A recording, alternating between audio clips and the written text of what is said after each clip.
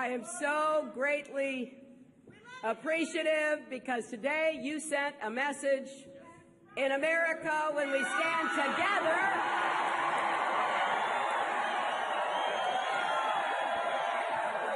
When we stand together, there is no barrier too big to break.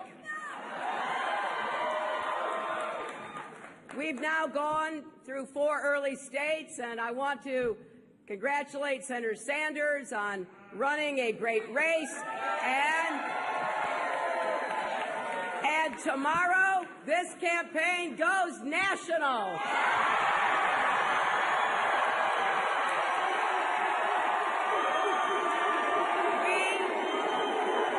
We are going to compete for every vote in every state. We are not taking anything, and we're not taking anyone for granted. I want to thank all the local leaders, legislators, mayors, pastors, organizers, volunteers who have worked their heart out for this campaign. I thank all of our great South Carolina friends going back so many years. I especially want to thank 2 of your former great Democratic governors, Dick Riley and Jim Hodges.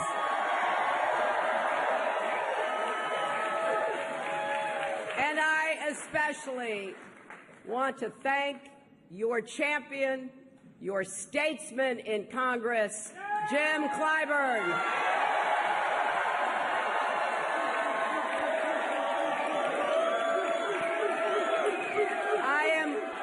Looking forward to working with the congressman to make the changes and continue the progress that we can build on the record and accomplishments of President Obama.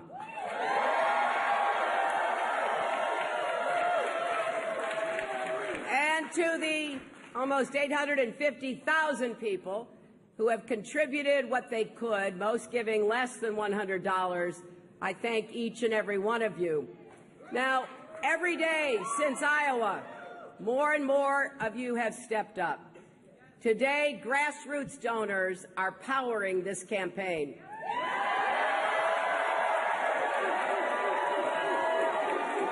And to the millions of people watching across our country, please join us by making a donation to HillaryClinton.com. And here's why. Because together we can break down all the barriers holding our families and our country back. We can build ladders of opportunity and empowerment so every single American can have that chance to live up to his or her God-given potential. And then and only then can America live up to its full potential, too.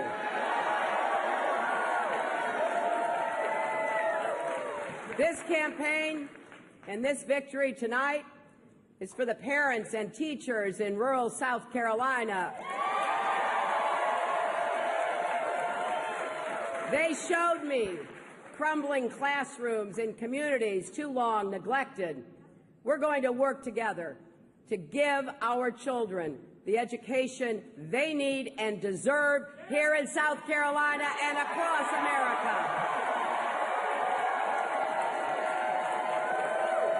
This campaign and our victory is for the entrepreneur who told me more dreams die in the parking lots of banks than anywhere else. And that's especially true for women and people of color. So we're going to work together to give people, particularly young people, the tools you need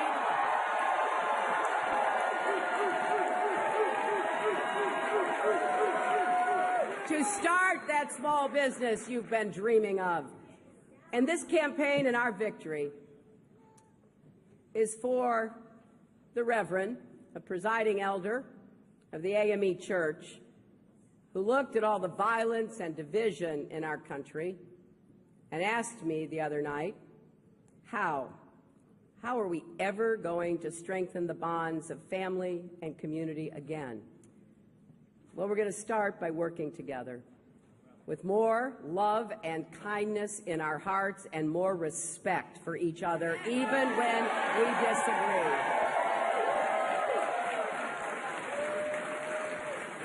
Despite what you hear, we don't need to make America great again. America has never stopped being great.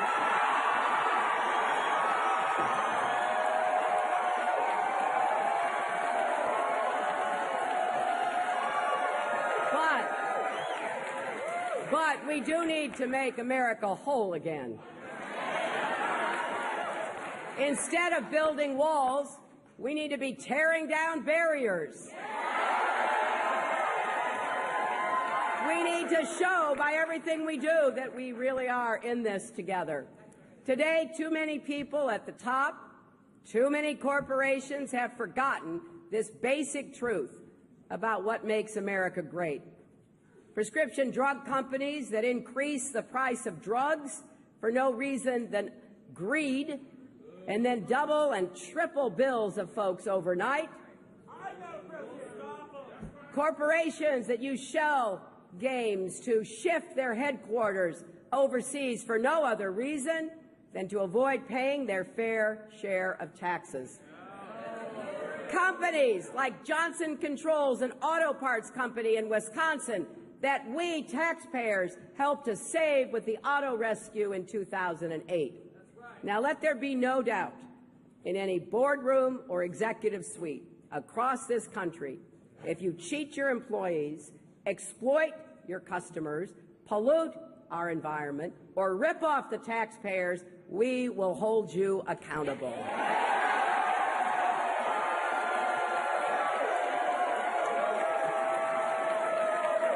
If you turn your back on America, you'll pay a price.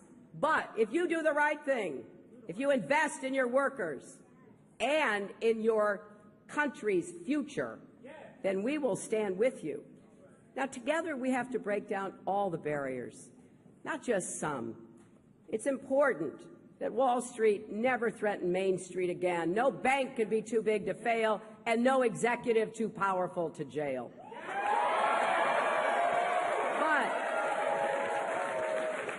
But America isn't a single-issue country, my friends.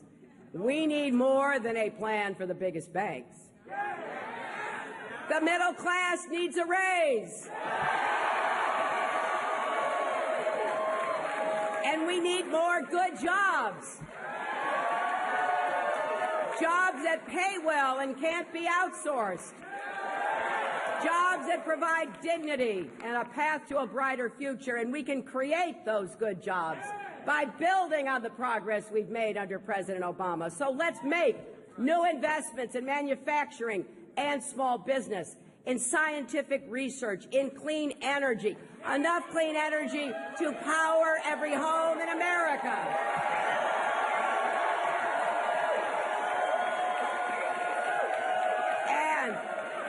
Don't let anybody tell you we can't make things in America. I know we can, and I know we will. Let's break down the barriers that keep people on the sidelines of our economy, especially women.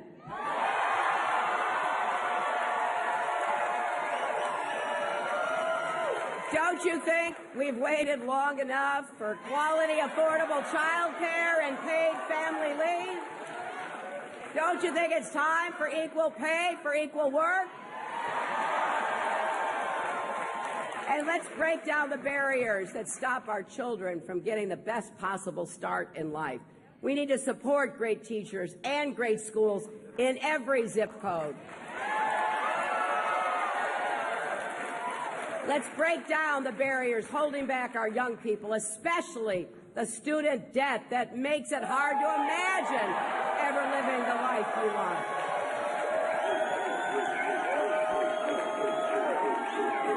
And we are going to give special support to our historically black colleges and universities, which play a vital role in this state and across our country. Now, breaking down all the barriers means we also have to face the reality of systemic racism that more than a half a century after Rosa Parks sat and Dr. King marched and John Lewis bled, still plays a significant role in determining who gets ahead in America and who gets left behind. We have to invest in communities of color, reform our broken criminal justice and immigration systems. We have to guarantee opportunity, dignity, and justice for every American. And tonight, I want to pay tribute to 5 extraordinary women who crisscrossed this state with me and for me. 5 mothers brought together by tragedy. Sabrina Fulton, mother of Trayvon Martin, shot and killed in Florida just for walking down the street. Lucy McBath, mother of Jordan Davis, shot and killed by someone who thought he was playing his music too loud in his car. Maria Hamilton, mother of Dontre, shot and killed by police in Milwaukee. Gwen Carr, mother of Eric Garner, choked to death after being stopped for selling loose cigarettes on the street. And Geneva Reed Veal, mother of Sandra Bland, who died in police custody in Texas. They all lost children, which is almost unimaginable. Yet, they have not been broken or embittered.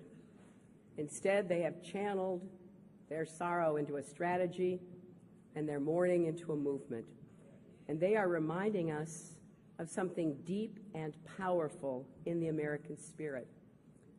By now, we all know the story of Flint, Michigan, how a city's children were poisoned by toxic water because their governor wanted to save a little money. But there's another side to the story in Flint. It's a story of a community that's been knocked down but refused to be knocked out. It's hundreds of union plumbers coming from across the country to help install new water fixtures. It's students raising funds for water deliveries and showing up in Flint to distribute supplies. It's the United Auto Workers and General Motors donating millions of dollars. We know there are many other Flints out there, communities that have been left out and left behind. But for every problem we face anywhere in America, someone somewhere is working to solve it.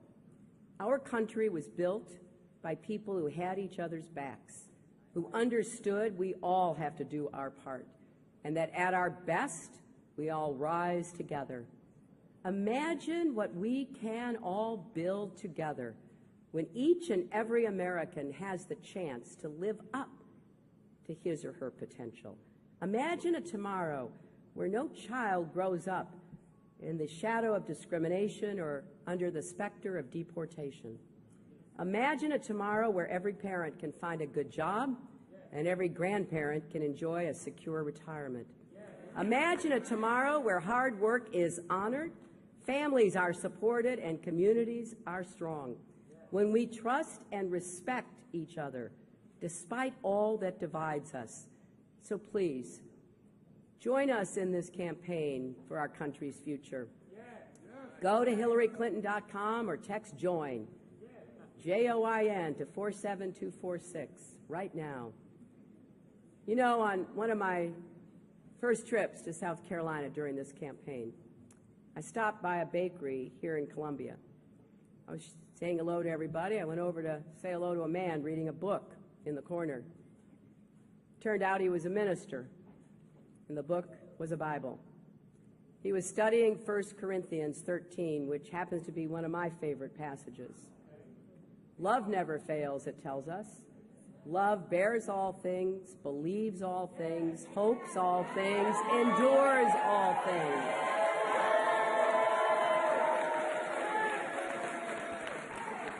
These are words to live by, not only for ourselves, but also for our country. I know it sometimes seems a little odd for someone running for president in these days and this time to say we need more love and kindness in America. But I'm telling you from the bottom of my heart, We do. We do. We have so much to look forward to. There's no doubt in my mind that America's best years can be ahead of us. We have got to believe that. We've got to work for that. We have to stand with each other. We have to hold each other up, lift each other up,